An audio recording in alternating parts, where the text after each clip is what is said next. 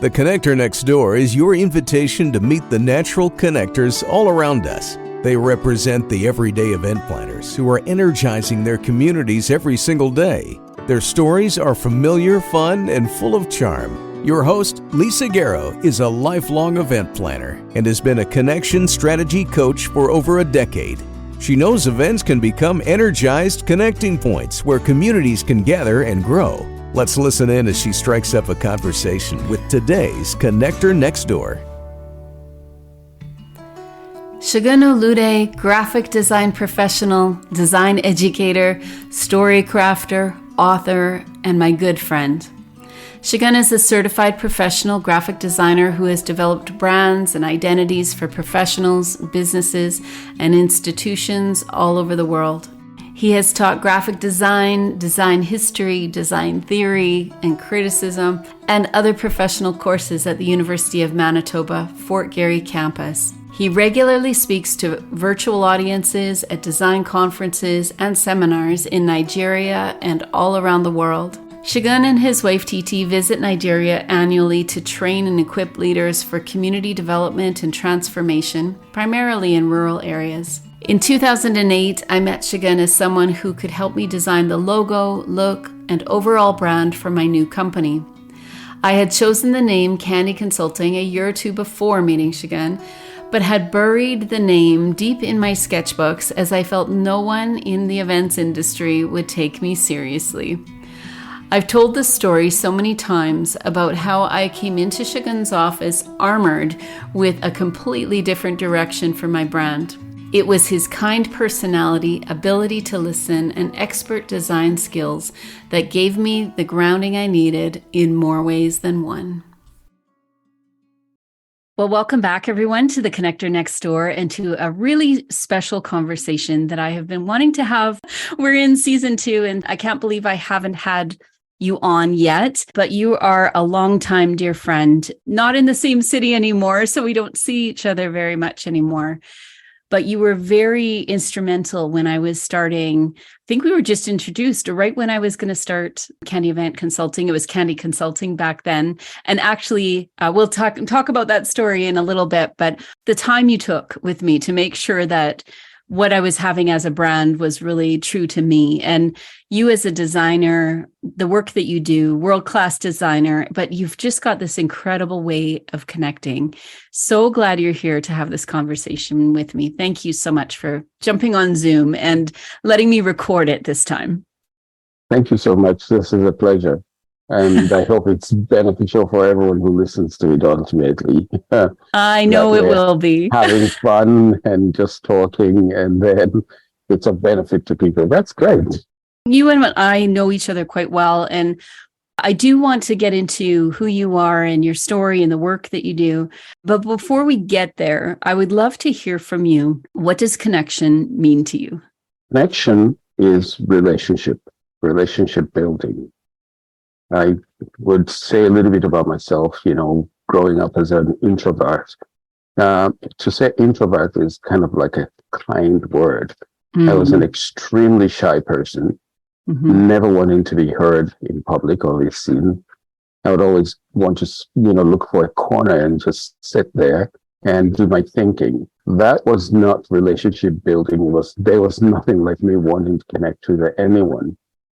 And fast forward to when I was in my 30s and I had to take care of children, having to go to a place like McDonald's was like terrifying. So I had to really learn to grow out of this and be a leader. So connection is leadership. Connection is building relationships, and so many things come out of that.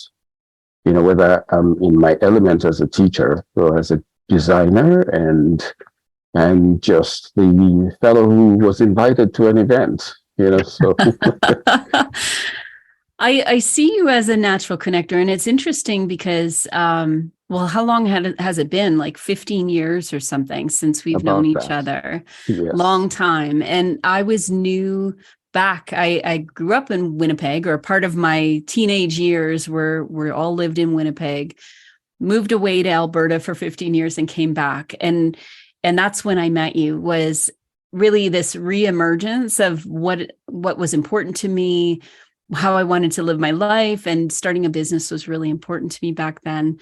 And one thing that stood out for me right from the beginning with you is that you're an incredible listener, and you're somebody that not just listens to respond, but you're listening and processing and digesting what you're hearing.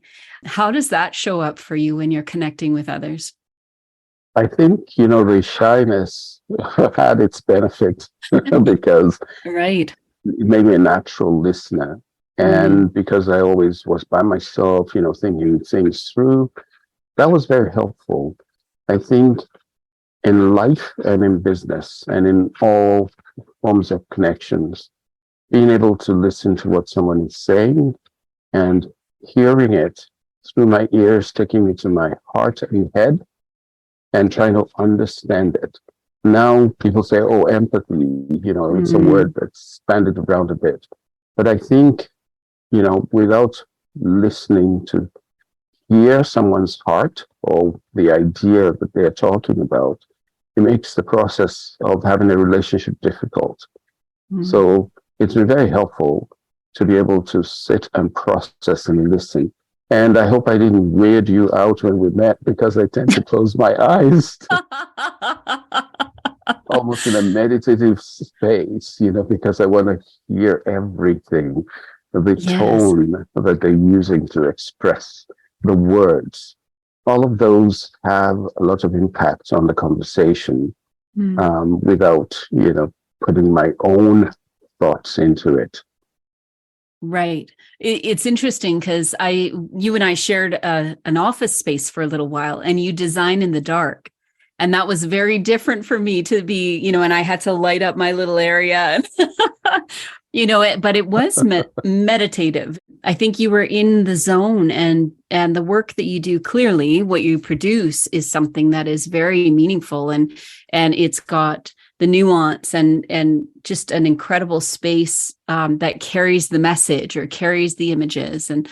And so I can see how you were built before, and how you had to, like you said, you had to learn how to connect or how to interact in the world with others, and how you've brought really the core part of you along, even in your work and your life, and your kids are grown now, but really having that space where you can hold space for others.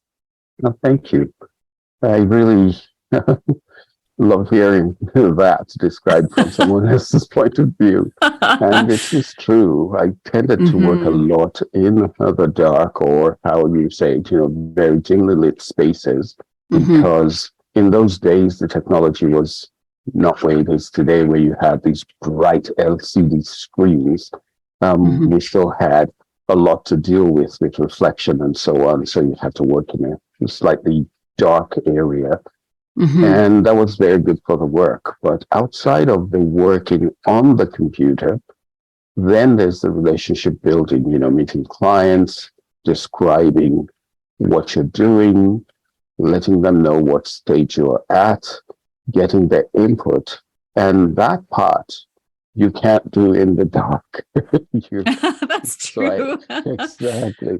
And I don't know if you remember that I loved going to coffee shops, and Yes. So that was part of the unfolding in the relationship building part of learning to be who I was, being authentic. And that's one of the things that I must say I really admired about you too, the authenticity. No pretense. This is what it is, but we're trying to build something where we're headed, planning and talking. You don't want to talk in the dark. You want to be in the light, and hear the sound of the city and things like that. So yeah, that was a period, and I still do now too. So tell me where you get your inspiration. So your Instagram is very unique. If people follow you, I'll put some links in the description below here when you're listening. But where do you find your inspiration? Where do you can't help yourself but get out into the light and be curious or research something or explore something? I think part of my inspiration comes from what I call old saved thoughts from childhood that I never had a chance to express. Some of them come from there, but looking through what I would say is adult creative eyes and then looking back. But some of my inspiration would come from a sense of curiosity that I don't want to die. Seeing something that you've seen 400 times, like snow or ice, as adults, we tend to become, oh, it's just snow. Oh, it's just ice. I want to go back there every year and look again. What does the snow look like this time? Oh, is that really ice? Why is it in this pattern? Just the curiosity of a child. I think most of us, as we grow older, the cares of this world sort of separate us from our imagination and creativity. And whenever I hear the words, oh, you're just a creative person, it makes me cringe a little bit because we were all born creative. Look at the children, the way they go about, how they think and the words they use and how they point to things and touch things. And we become adults, we become the no people. Nope, don't touch that. Nope, you can't have that. Nope, you can't do this. And we say that to ourselves as well. And I'm saying this almost authoritatively because I've read books and I see the struggles of people trying to break back into creativity. And it's a process, yes, but creativity comes from within and it's expressed outwards. So the challenge then, which also spurs me, is to find words to describe what I'm looking for or what I'm looking at. So I don't know if that's helpful in the answer, but it's like a loop. It is. And it's interesting that you talk about childlike, something about the difference between childish and childlike. And I used to almost apologize for being too playful, ready to explore, too, out there kind of just trying things out. But if you're in the right environment, doing the work you love, that creativity and the curiosity shows in the work that you do. Well, thank you. I think it's something we have to keep reminding ourselves of as we go along on our journey in life, that yes, there's structure. Of course, if I jump in a car right now, I'm going to be driving on the right side of the road. I'm going to be yielding to oncoming traffic at certain spots. There are all these rules that help us be safe and make society work. But then there are no rules in the creativity building, like when you're starting an idea, put them all on the table, be like a child, don't criticize in the process of creating. Come back later and say, okay, we've got to make a decision, so we'll use this and that. But in the beginning stages, we just let it go, have fun, and you go to some meetings, you hear people say, oh, well, that's not the direction we go. How do you know the direction we're going when we're just talking about ideas? So right. It seems like some people make up their minds before they come to the meeting, so those are the dangers. I was saying to you earlier that I wanted to tell the story of you actually building the candy brand. So this is something you did, would be over 14 years ago now. And I'd love to, because I tell the story all the time, but I would love to hear your version of it because you were on the other side of the table. So when you say that some people will come to the table with a preconceived idea or this is the direction, I did exactly the same thing. And I was doing it, I think, to fit in. I had done the market research around starting an event management company. What would this even look like? No one's going to take me seriously. That was me before I even met you. And I had created these 4 squares, 3 navy squares, and 1 purple square. And I said, it's going to be contrast consulting because the dark purple is what's going to differentiate me from the dark blue of the industry. So here I come, I'm traipsing up to your office and cool office that you had, and you're sitting on the other side of the table. And this is where I want to stop because Okay. I tell the rest of the story sometimes when this comes up in different marketing, workshops and things. But I'd love to hear from you when you saw that. You were incredibly gracious. I have to say that first. But what was that like for you? And where did you see that there needed to be a turn in how I was going to express what this business was going to be? Thank you. I think that I'm going to tell the story as if I'm talking to somebody and not you. Okay. For potential client. I'm loving that we're recording this. I'll say there was this client that came to me and showed me what she was going to run with for her business as a logo. And as she was talking and I was listening to her, her personality was completely opposite the straight boxed idea that she was going to go with. And in the process of talking about the business and what kind of life she was going to bring to things that she did, I quickly realized that those 4 boxes would not serve her. She was trying to fit into an industrial space, industrial box of what we've been taught in design school and different management classes, that this is what corporate should look like. But what she's bringing to this business space is not supposed to be corporate. It's supposed to be authentic, refreshing, life-giving, bright. It's something that people would gravitate to, that would say when they see it, they would see her personality in it as someone who's bringing people together or bringing ideas together. And so we ended up with some shapes. Some people say circle, but they're not quite circles. They all come together, representing different people or different ideas or different spaces or different events. And that cluster is what she is at the center of. And when she came for one of the meetings and we're talking about candy colors and her identity, the name of the business had to be Candy. And that's the story from my side. It's almost bringing in a tear to my eye hearing you talk about it, because it's that listening that you were doing, even though my words were what I had rehearsed and what I wrote down, and I sketch everything out. And so what I was coming to, what you were listening to, was my heart and my spirit and what I truly wanted to see in the world of events. I had been already by then event planning all my life.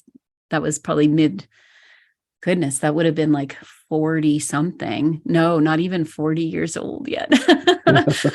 But I was newly kind of going through a rough time in life. I had moved to Winnipeg from Edmonton, and the business was my chance to put my stake in the ground and say, this is what was important to me. I will have a voice. I want to live. I want to be playful. I want my girls to grow up knowing that their mom has a voice and has a personality, and that they can embrace their own world. Like, there was so much to that conversation, but I had distilled it down so much into exactly what you said, where it was that feeling of, I need to be in the box to be successful. I have to feed my children, literally. And when you met me, there was nothing else. This is it, this has to work. But I think in you having that spirit of listening and the intuitive person you are, that gift of stopping me in my tracks, but not in a way that I felt offended about it. It's like almost giving me permission to be that. And so, yes, it's branding and a logo. And when we talk about design work, the emotion that comes from some kind of a conceptual idea put onto paper, or you can see it in color, or now it's got a font attached. I do believe that there's power in that. There's incredible. A lot of power. Yeah. There's a lot of power in it. And I think designers, if we want to brag or boast, might say, oh, we're like prophets who need to see the future. But no, we all go to school, we learn how to combine colors and typefaces like everybody else. So, but the listening part and the Yes. relationship part is so important Yeah. that I tell young designers now that your design skills are one thing and it's not everything. Some of them are usually surprised because they're thinking, oh, I'm just going to be this big time designer and I'm going to do the work the way I want to. Then you'll be doing it for yourself Mm-hmm. Mm-hmm. because your job is to be the link, the relationship builder between the, say, entrepreneur and their audience. So what Mm. the entrepreneur is looking for sometimes is not exactly what the audience is looking for. So you're the bridge. You've got to make that connection between Mm-hmm. both. So listening is definitely a key part in anything that I think maybe for everybody, whatever we're doing, to listen. And Mm-hmm. interpretation and execution then comes from that. The other It's thing we do, collaboration. mm, You may think I did all the work by myself, but I remember collaboration with you because if I said, "Oh, we need such and such," you go, "Oh, you bring all these notebooks and notepads and things, that you like." We did somewhat of a vision board without doing a vision board, it was all in my box of things I love. Exactly. And the I had been colors, collecting those for a long time. I know. And the colors came from your box, all the Yes. content inside your box. The shape was dictated by one of the contents of the box. Mm. Like all the things were in there. You had everything. Oh, so maybe intuitively you saw that box as the container. That's why it became your logo, 4 boxes. I But don't they were know. not. It's the content that's important. Yes. So we always have to think process. We always have to think analogies in the work Yeah. that we do. And I think that's how we can get authentic feeling into different spaces. Mm, so beautiful. And I still use the as is. The name has changed a little bit. Candy Consulting became Candy Event Consulting. But other than that, like it's just been such a beautiful way for me to express who I am. When you were just talking about your students, and so can you tell us a little bit about you as a connector in the classroom? Because I use the word classroom loosely because you do teach in Manitoba as well. You travel the world and do workshops around the world too. But can you tell us what that relationship is and really what the work is? What are you actually teaching? And then what is that relationship that you're building with students or people that are curious about what design work is? At the university, having the opportunity to teach there, and I've been doing sessional teaching for many years now. And also, like you mentioned, doing seminars around the world, especially in Nigeria, because I go physically there every year. Mm-hmm. It's a different kind of connection. There are some spaces where you have to be because not just because of the expectation, but because you don't have a lot of time. You have to get people to a certain point very quickly. So you Mm. become the sage on the stage. Ah, yes. But in a classroom, when you have 12 weeks to 24 weeks to walk together, then you have to be the guide on the side. And I remember those Love two that. analogies, and I've just stayed with them, determining Yeah. what relationship are we going to use here. So when it comes to mentorship, of course, I'm not going to be the mentor that tells you everything, but the one that asks you questions about where you're going, what you're doing, why did you choose this? Have you considered that? So it's a gentler approach. And I just wish somewhere in me that we could at some point scrap the system of marking in universities, because what that does is some children can't, I say children because I'm so much older. You have students that come into the classroom and they want an A, and that's their focus. Of course, they're creative. Of course, they're talented. Of course, they can do the work, but that's missing the point. There's something else. There's a seed, a germ inside what we do that needs to be grown. And the university is the perfect place to grow those seeds. So to date, when I look back and I see successful students in different positions, I feel like, it got through to some of them. Put the computer aside sometimes. Let's just talk. Let's talk about life. So one of the subjects that I enjoy teaching most is the ethics part of the business and the relationship part of the business when it comes to design theory. So I love that because it gives us opportunity to talk more. And the other thing that happens in the university setting is the universities cater to the system of you have 12 weeks and this is what we're doing for each week. We have a break here, we have a break there.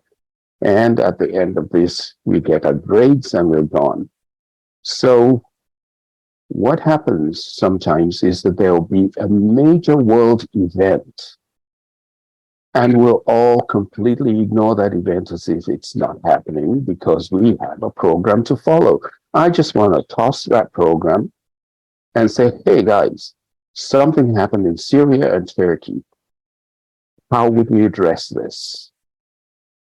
And the tone of the class would change. Like something has to be different.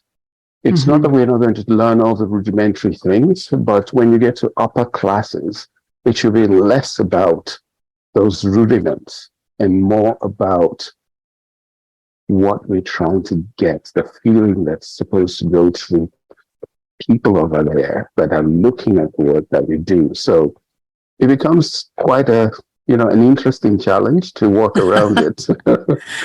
Well, and I think you're calling them to more, right? Like when you look at the design work, like you were saying, where you learn the skills and there are ways that anyone can you have to have that, the desire to learn, but people can learn the skill. And what you're saying is kind of taking that to another level where now you're interacting with the world. Now you're engaging and sort of back in the day was the design thinking, but where we're solving problems. And the idea of solving a problem or being part of the solution might be a better way to say that. As a designer probably has a different, because you're looking through different eyes. You've got different skills to apply to those challenges. And those are absolutely important things that we need to learn. Sometimes I completely shift from my position as a designer. And, thank you for the power of visualization. I would go to an event space, for instance, with a planner like yourself and say, okay, so what are you thinking of doing in this place? And then close my eyes and walk in as a guest. So I start asking questions. Who's the first person that I'll meet? What would I do when I come into this place? Would I be able to find my seat very quickly if I just wanted to go sit? Or would I be able to find my friends and familiar faces that I can go chit chat with? Is that important for this event? We start to talk through. You are the expert with this. I've seen you in your elements. So. But it's the same thing that design. It's the same thing. Yeah. When you hold that phone and you tap on a link and something opens up, what is it that you want them to see first?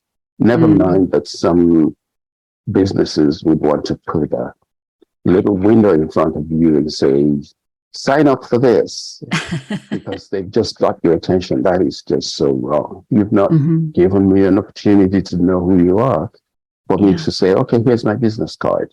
Right. It's anything that happens in real life translates into design and event planning and everything else. So it's something that we need to keep reminding ourselves of. Well, and thank you for that. I think when we look at the world, and that really is the point of this podcast, is really learning from people like yourself. How do we apply that way of thinking or seeing or feeling into the work that we do as event planners? and your perspective of looking, even closing your eyes. And I challenge anyone out there listening, if that is something that we get, it can be exciting to see everything as it's getting set up, or it can be one of those, for many of us, it's event day that's very exciting. But as we're leading up to that, if we take the time, close our eyes, challenge our senses, and say, what would this feel like, look like, sound like, and let ourselves go there and not necessarily have an answer for it yet. That's exciting to me. That's where I think we see things that maybe we wouldn't have otherwise. Wonderful. And in my practice, having learned from one of the experts that, he says there are happy accidents that happen. So leave room for something of a surprise, of a delight. And you may have everything planned and you're ready for your event, and somebody comes in and says, oh, I brought these blue balloons because I thought, I don't even know where to put them, but if it's not okay, I'll take them back to the car. And you look at the room and you go, these blue balloons are perfect on that table because... And people would talk about the blue balloons all evening. So, it's just one of those things, leaving room for that human element. So everything we do is about our humanity. And if we start to lose those, one of my teachers would say, is the classroom for the students or the students for the classroom? So you should be able to say, okay, I have so much to cover today, but because you want the students to understand, you may only cover a quarter and help them go with an assignment or two. But don't force all four down their throats that day and lose them. Because if you've lost them, then it's harder to bring them back.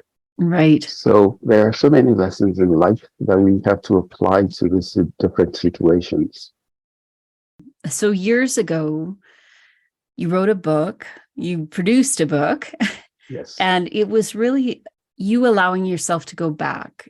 As somebody who is an introvert, what was that like for you to produce something like that and then share it with the world and plan events or go to events where it really was being showcased? Who you were was being showcased through that. Thank you.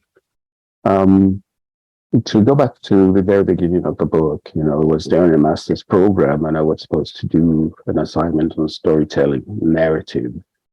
And I came back and, did this great presentation, and somebody asked the question, you've talked about the Indigenous communities, you've talked about the Aborigines of Australia, you've talked about the Jews, you've talked about every person on this planet or every culture, but you never said anything about your culture. I'm like, what do you want to know? Assuming that I know enough. That's a good question. Exactly. Well, once I started the process of gathering information and doing research, I found out that I knew nothing. Everything was based on assumptions. I grew up in an environment where English is spoken and you were discouraged from speaking your language. So I didn't know how to speak the language very well. I didn't know how the idioms worked. I had no recollection of any of those things. I was just another person who grew up in Western society, so to speak, back there. So the development of the book gave me the opportunity to interview people, find out what they thought of themselves as being Yoruba, which is the language and the cultural group, and what they saw of being, of the future of being Yoruba. So that led me on a journey to gathering information about things that were important to the people, like birth, naming, the place where you live, childhood, marriage. So I basically just broke up the book into those chapters because I'm working on this for my own understanding first. And then I'll be able to show it to others. And so I just went with that system for the book. And people loved it. People wanted copies of it. So yes, self-publishing is a good thing. So the first 50 came out, another 50 came out. I think right now we're about 400 of them that Awesome. are actual book sales in people's hands, through Yeah. this self-publishing that is looked down upon. But we But can you're we can talk doing about it. that exactly. So then it came to a time to bring the community in to this space. And we graciously were given a space at MHC Gallery to display and do things for a month and a half. So I just basically used the chapters of the book again in planning the events that would happen. So instead of just having an exhibition with photos on the walls, with posters on the walls, there were 5 evenings and weekends that were slated for different events. So one of them was a cooking event where a lady came and showed us the different foods. So you're looking at these things in photographs, and here you are there to Hmm. experience it. Mm-hmm. And then we had a hair design, hairdressing session, and we had a storytelling session. We had a town hall session. So for a whole month and a half, it was just grand, having different people come at specific times to share their knowledge. So the culture is not mine alone. I am among so many people, and why do I have to be the expert in something I'm not? I'm just the storyteller, the one who gathers the stories, and that's what I ran with. So Mm. the book and the events that I participate in, and funny enough, as I'm talking about this, I'm coming to Calgary in July to do one of these events. I didn't know. That's It's still in the amazing. planning stage, but yes, I think I'll put Uh, it out there that I'm oh, going to be fantastic. part of, doing one of these events. And it's an opportunity to basically share the culture and in a real Ah, meaningful way, rather yeah. than just, how we think it should be. Everything, maybe I have something in my practice that wants to go against how it should be, but say, wait a minute, I don't have all the answers, but why don't we see or explore what we think it should be, and in Mm. the process actually get to an answer? So that's That that's incredible. I can't believe you're coming in July. That's amazing. I will be around and let me know if you need help. I will definitely reach out to you. I love how you almost again intuitively built events that were so meaningful and heart-centered around what the content was. Just taking that time. And I know I had left by then, I had left Winnipeg and moved back to Calgary. The ability to bring people in and smell and taste and hear, when we were talking earlier too about how do we show up as our full selves? How do we reveal ourselves to the world? And for many of us, and I would say even for those that would identify as an extrovert, they might still have trouble feeling okay, getting permission, giving themselves permission to show up. But the way you're describing those events, it almost sounds like you were surrounded by people that were embracing the concept for themselves too. Absolutely. And I think this is the importance of relationship building, connection. Mm, It's through my connections, and let's look at connections in different ways. Through my connections, I was able to reach out to community organizations who were part of it. It's through those connections that the stories were told that connected others into the space. mm, And it's through connections that I was able to get pieces of fabric for the head tie and the clothing to use in creating the event space and the exhibition. So I believe there's nothing that we can achieve greatness in if it's all about ourselves. mm. There's got to be collaboration, there's got to be connection. And there's got to be an aspect of wanting to bring people together to experience something good. The world today is full of news that we don't like to hear. So why don't we create environments? Just make people happy, put Yes. delight on the table. Ooh, I like that. Yeah. This has been so much fun. We always say this. It's like, oh, it's been too long and it can't be this long, next time we get a chance to chat. But the fact that I get to introduce you to the people that are listening to the podcast, that are part of our candy circle here, and what we can learn from someone like you, and specifically you. And I appreciate you as a friend. Beyond all of that, I also know that there's so much good that you're bringing to the world. So thank you for being here today. I so appreciate it. I do want to give you the opportunity, though, if somebody is intrigued about what you've said. I know you've got book was one project. Those events were one moment in time. Got a lot going on now, but how could somebody continue this conversation with you if they wanted to reach out to you? I keep everything simple. First, before I tell them that, I want to say thank you for having me on. It's a pleasure. And if there's anything that needs clarification or for the discussion, I would love to engage with whoever, reaches out.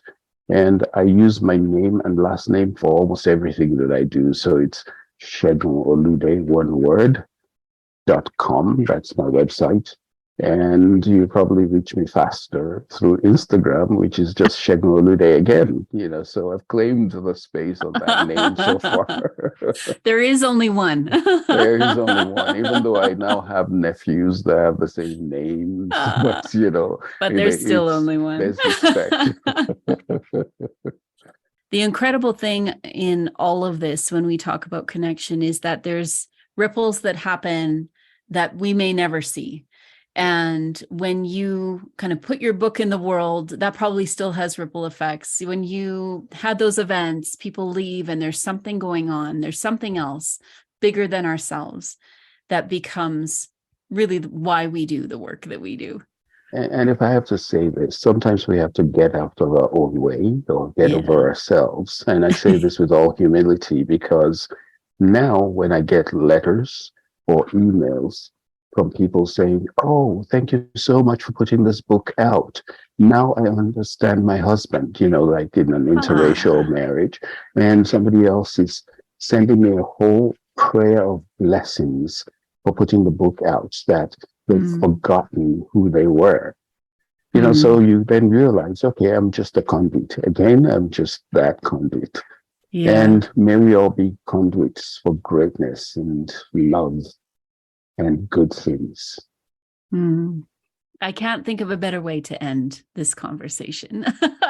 Thank you so much. And I will add links below here so that anyone listening today has that chance to link through, learn more about you, and connect. Thank you again for being here, my friend. So good to chat with you. And it's great to catch up again. The Connector Next Door podcast is produced by Candy Event Consulting, where everyday event planners and their teams gain clarity, get connected, and grow in confidence. Subscribe at www.candyconsulting.ca to hear visits with everyday event planners who are putting connections first.